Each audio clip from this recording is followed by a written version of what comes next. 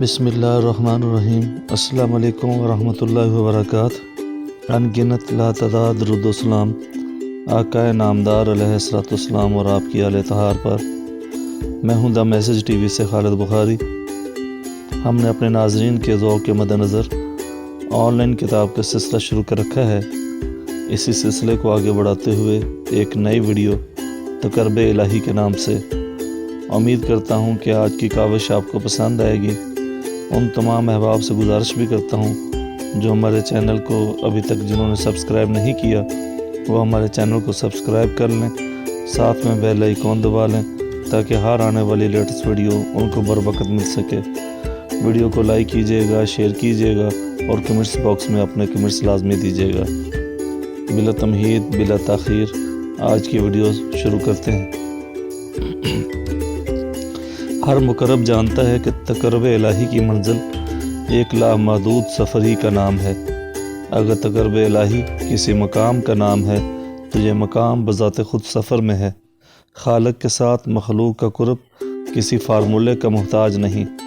ویسے تو ہر مخلوق اپنے خالق سے متعلق رہتی ہے، لیکن مقرب کا درجہ اس کے اپنے فضل ہی کا نام ہے۔ آج تک کوئی انسان یہ نہیں بتا سکا کہ وہ کون سی صفات یا کون سی صفت ہے جو انسان کو پیغمبر بنا دیتی ہے۔ ہر پیغمبر صاحب صفات ہے، معصوم عن الخطا ہے، لیکن اس کا پیغمبر ہونا کسی صفت یا صفات کا نتیجہ نہیں، بلکہ صفت یا صفات کا ہونا اس کے پیغمبر ہونے کا نتیجہ ضرور ہو سکتا ہے۔ مطلب یہ ہے کہ کوئی مقرب ہونے کے لیے صفات کا ہونا لازمی تو ہے، لیکن کافی نہیں۔ کسی پیغمبر کے ماننے والے میں اس پیغمبر کی صفات ہو سکتی ہیں، لیکن ان صفات کے باوجود صاحب مرتبہ کبھی پیغمبر نہیں ہو سکتا۔ مقرب کا تقرر ذات حق کے اپنے فیصلے کا نام ہے۔ اس سے قطعاً یہ مراد نہیں کہ اللہ کریم کسی کافر یا باغی کو مقرب بناتا ہے، بالکل نہیں۔ اللہ کسی کافر کو اگر مقرب بنانا چاہے تو اسے پہلے ایمان کی دولت عطا فرماتا ہے۔ یہی راز ہے کہ کسی کافر کے لیے دوزخ کا عذاب ہے، اللہ سے دوری ہے، اور کسی کافر کے لیے ایمان کا سرمایہ ہے۔ تقرب کی منازل ہیں، سابقون کے درجے ہیں۔ اسی طرح جو معاشرہ اخلاقی طور پر انحطاط پذیر ہو، باغی ہو، اسے بالعموم تباہ کر دیا جاتا ہے۔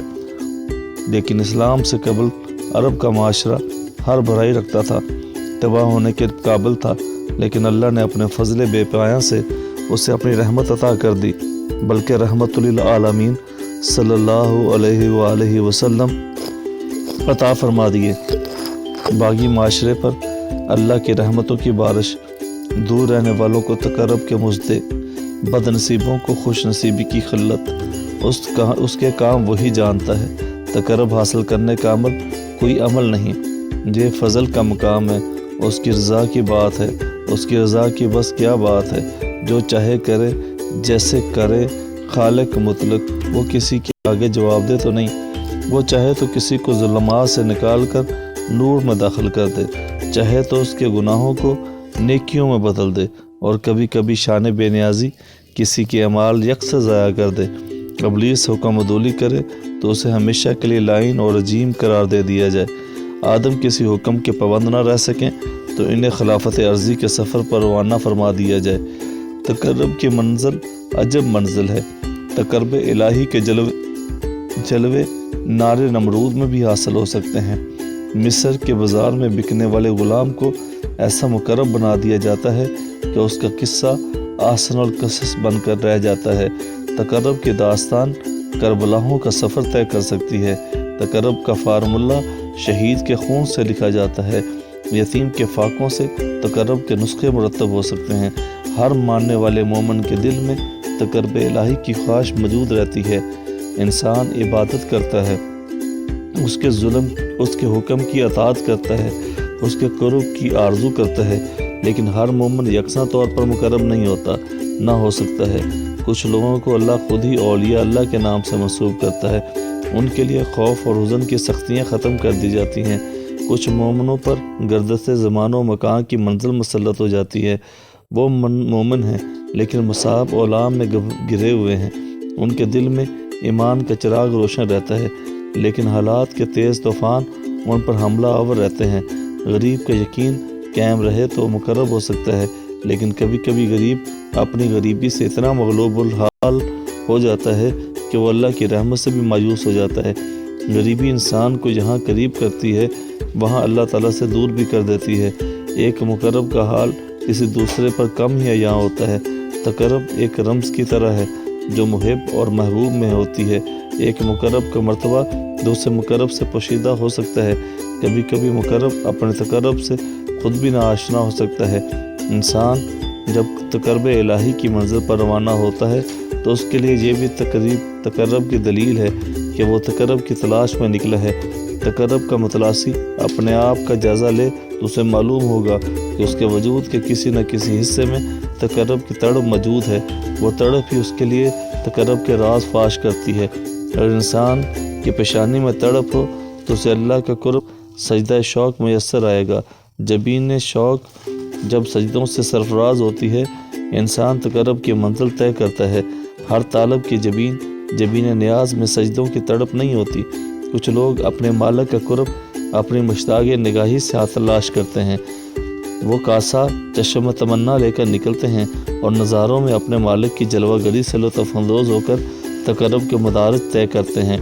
حسن تحقیقی کی جلوہ گاہ میں محویت وہ مقام ہے کہ ان کا سفر اللہ شروع ہوتا ہے۔ دراصل سفر اللہ ہی سفر مع اللہ ہے۔ ایسے مقربوں کے لیے محبوب کا چہرہ خانہ کعبہ سے کم نہیں۔ دیدار حسن یار ہی ان کے لیے تقرب پروردگار کا سا درجہ رکھتا ہے۔ عشق محبوب اگر ان کی نماز کے امام نہ ہو تو اپنی عبادت کو حجاب سمجھتے ہیں۔ وہ جانتے ہیں کہ جو جہاں اندھا ہے وہ آخرت میں بھی اندھا ہوگا۔ محروم دیدار حقیقت کو اندھا کہا گیا ہے۔ جس متلاشی کی سماعت بےتاب ہو اسے جلوہ حق کسی نغمے میں محسوس ہوگا۔ گوش مشتاق اس نغمے سے بھی آشنا ہوتا ہے جو بھی ساز میں ہو۔ یہی وہ مقرب ہے جو ہر نغمے کو آواز دوست سمجھتے ہیں اور برحق سمجھتے ہیں۔ تقرب الہی کو اپنی عقل سے تلاش کرنے والا ایک لمبے سفر کا مسافر ہوتا ہے۔ وہ سوال اور جواب کی کٹھن راہوں سے مالک کا قرب حاصل کرتا ہے۔ وہ وجوہات اور نتائج کی کڑیاں ملاتا ہوا سبب اولا تک پہنچ جاتا ہے۔ وہ دریافت کر لیتا ہے کہ یہ کائنات وسیع و عریض کائنات حبس نہیں بنائی گئی، اس کا بنانے والا ضرور ہے اور وہی فاتر حقیقی ان کی تلاش کا مدعا ہوتا ہے۔ صاحب عقل پر جب اسرار فاش ہوتے ہیں تو وہ عالم تخیر میں پہنچ کر مقرب کا درجہ پا لیتا ہے۔ اس کی عقل سلیم بن جاتی ہے۔ وہ آخری سوال کا آخری جواب دریافت کر لیتا ہے۔ یہی تقرب کی منزل ہے۔ کھٹن ہے لیکن ہے۔ تقرب الہی کے مختلف ذرائع اپنی اپنی جگہ پر مستند معتبر ہیں، لیکن تقرب الہی کا آسان ترین راستہ کسی کے فیض نصر سے ملتا ہے۔ جلال الدین رومی رحمۃ اللہ علیہ کو مولائے روم بنانے میں ولی نگاہ تبریز کی نگاہ ہے۔ رہبر کامل اپنے مرید باصفا پر راز حقیقت آشکار کرتا ہے، اسے تقرب الہی کی منزلیں عطا کر دیتا ہے۔ اس لیے پیر کامل کو کبھی کبھی صورت ذل اللہ کہا جاتا ہے۔ اس کی طرف چلنے والوں کو جب وسیلہ ملتا ہے وہ آسودہ منزل ہو جاتے ہیں۔ رہبر طالب کے دل میں محبت کے چراغ روشن کر کے اسے اطاعت اور عبادت کی اصلیت سے متعارف کراتا ہے، اور یوں طالب تقرب الہی کی خلت سے سرفراز ہوتا ہے۔ مقربین حق کی شناخت کے لیے بھی کوئی فارمولہ نہیں۔ وہ لوگ عام طالبین سے مختلف ضرور ہوتے ہیں۔ وہ عبادت تو خیر کرتے ہی ہیں، عبادت کے ساتھ ساتھ محبت بھی کرتے ہیں۔ وہ اپنے محبوب آقا کے کسی فعل پر کوئی تنقید نہیں کرتے، انہیں مخلوق سے بھی کوئی گلہ نہیں ہوتا۔ وہ حاصل کی بجائے اظہار کو اپنا شعار بناتے ہیں۔ وہ محبوب کی ہر ستم کو کرم ہی سمجھتے ہیں۔ وہ جلووں کے متلاشی اور پیاسے ہوتے ہیں۔ وہ حیرت کی وادیوں میں سرگرداں رہتے ہیں، انہیں ہر طرف حسن و جمال ہی نظر آتا ہے۔ مقربین غصہ، حسد، کینہ، لالچ اور نفرت سے آزاد ہو چکے ہوتے ہیں۔ وہ ہمیشہ کے لیے بے ضرر ہو چکے ہوتے ہیں۔ وہ سب کے لیے منفعت بخش ہوتے ہیں۔ وہ کسی کا دل نہیں دکھاتے، کسی کا حق نہیں رکھتے، کسی کو اپنے سے کمتر نہیں سمجھتے۔ وہ گناہ سے نفرت ضرور کرتے ہیں لیکن گنہگار سے نہیں، کسی کی تباہی کی دعا نہیں مانگتے۔ وہ دنیا کی محبت سے آزاد ہو چکے ہوتے ہیں۔ وہ شہرت، مرتبے اور دولت کے حجابات سے نکل چکے ہوتے ہیں۔ وہ نیند پر بیداری کو ترجیح دیتے ہیں۔ ان کا سرمایہ عشرت پرویز کی بجائے غم فرحاد ہے۔ وہ قطرے میں سمندر کی جلوہ گری دیکھتے ہیں۔ وہ ہر ابتلا میں بھی ثنا کرتے ہیں۔ وہ صابر ہیں، شاکر ہیں۔ وہ احسان و عدل کے مقامات سے آشنا کر دیے جاتے ہیں۔ وہ ہجوم میں بھی ہوں تو اکیلے ہیں، تنہا بھی ہوں تو ان کے پاس ہجوم خیال کے میلے ہیں۔ مقربین بس مقربین ہیں، ان کی شناخت کا کوئی فارمولہ نہیں۔ اللہ کی رحمت سب کے لیے ہے، سب کے انتظار میں ہے۔ کوئی طالب دستک تو دے، دروازہ ضرور کھلے گا۔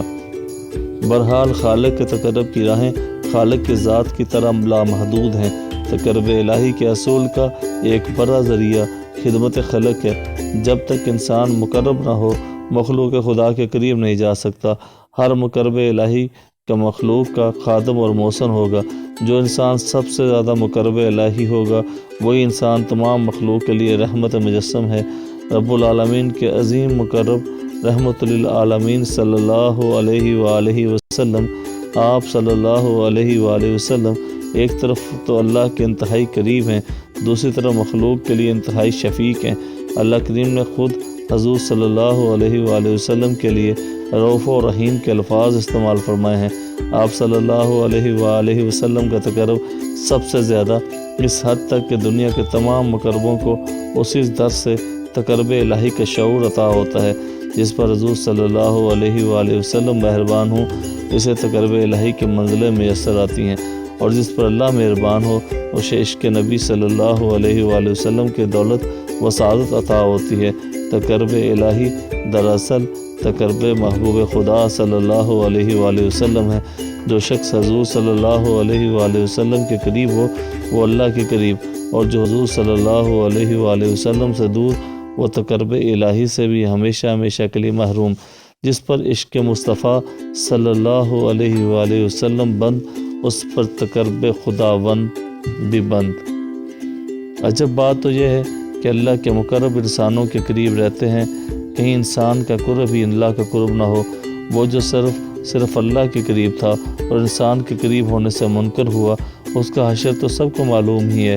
اللہ سے پیار کرنے والے اللہ کے کام سے پیار کرتے ہیں، خالق کی عزت کرنے والے خالق کا ادب کرنے والے خالق کے عمل کا احترام کرتے ہیں، اور خالق کا عمل مخلوق کو پیدا فرمانا ہے۔ اللہ کریم نے بڑے وشوق سے انسان کو تخلیق فرمایا، انسان کو احسن التقویم کہا گیا۔ اللہ جب کسی کو اپنی بارگاہ میں مقبول فرماتا ہے تو اسے مخلوق کی خدمت اور مخلوق سے محبت کا راستہ عنایت فرماتا ہے۔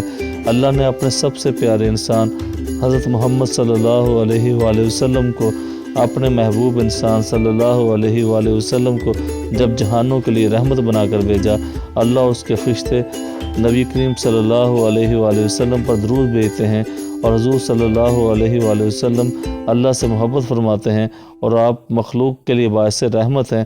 اللہ کے تقرب کی راہ مخلوق کی خدمت اور محبت کی راہ ہے۔ مخلوق کو ناپسند کرنے والا کبھی خالق کا مقرب نہیں ہو سکتا۔ مخلوق کو ڈرانے والے، مخلوق پر حکومت کرنے کی تمنا کرنے والے خالق کے باغی ہیں۔ مخلوق کے لیے رحمت مجسم، خالق کے لیے خالق کی نگاہ میں خیر البشر صلی اللہ علیہ وآلہ وسلم ہے۔ اللہ کے تقرب کا ثبوت مخلوق سے محبت میں بنا ہے۔ حضور صلی اللہ علیہ وآلہ وسلم نے یہ تمام زندگی مخلوق سے محبت کی زندگی ہے۔ آپ صلی اللہ علیہ وآلہ وسلم نے جانوروں سے، پرندوں سے، انسانوں سے، غرض کہ اللہ کریم کی پیدا کی ہوئی ہر ذی جان اور بے جان شے سے محبت فرمائی۔ آپ صلی اللہ علیہ وآلہ وسلم کا دل یاد الہی سے معمور ہے، اور آپ صلی اللہ علیہ وآلہ وسلم کا عمل خدمت خلق کا دستور ہے۔ فنکار سے محبت دراصل اس کے فن سے محبت ہے۔ یہ کیسے ممکن ہو سکتا ہے کہ اللہ سے محبت کرنے والا اللہ کی مخلوق سے محبت نہ کرے؟ دراصل محبت کرنے والا ہی خدمت کرنے والا ہے۔ خالق نے اپنی ذات کو مخفی رکھا ہے اور صفات کو آشکار فرمایا ہے۔ ذات سے محبت ہو تو ہے صفات کا احترام لازم ہے۔ مقربین حق ہمیشہ انسانوں کی خدمت کرتے رہیں، انہیں صداقت کی راہ دکھاتے رہیں، ان کی مشکلات کو آسان فرماتے رہیں، ان کے ظاہر اور باطن کی خدمت کرتے رہیں۔ خدمت مخلوق کی اور تقرب خالق کا، یہ راز ہر مقرب پر عیاں ہوا۔ عبادت بھی تقرب الہی کا ذریعہ ہے۔ اگر عبادت ہی تقرب کا ذریعہ ہوتی تو انسان پر زندگی کے دیگر فرائض نہ عائد کیے جاتے۔ قرآن کریم میں اللہ نے اپنے تقرب کی جتنی راہیں دکھائی ہیں ان میں سجدے کے علاوہ سب راہیں مخلوق سے محبت کی راہیں ہیں۔ اولاد کے لیے ماں باپ کا ادب اللہ کے قرب کا ذریعہ ہے، یعنی ماں باپ کی خدمت کرنے والا اللہ کا مقرب ہوتا ہے۔ ہمیشہ سچ بولنے والا یعنی لوگوں سے صداقت کی بات کہنے والا مقرب ہے۔ انسانوں پر ظلم نہ کرنے والا اللہ کا دوست ہے۔ غصہ نہ کرنے والا، لوگوں کو معاف کر دینے والا، لوگوں پر احسان کرنے والا اللہ کو محبوب ہے۔ زمین پر اترا کر نہ چلنے والا انسان اللہ کو پسند ہے۔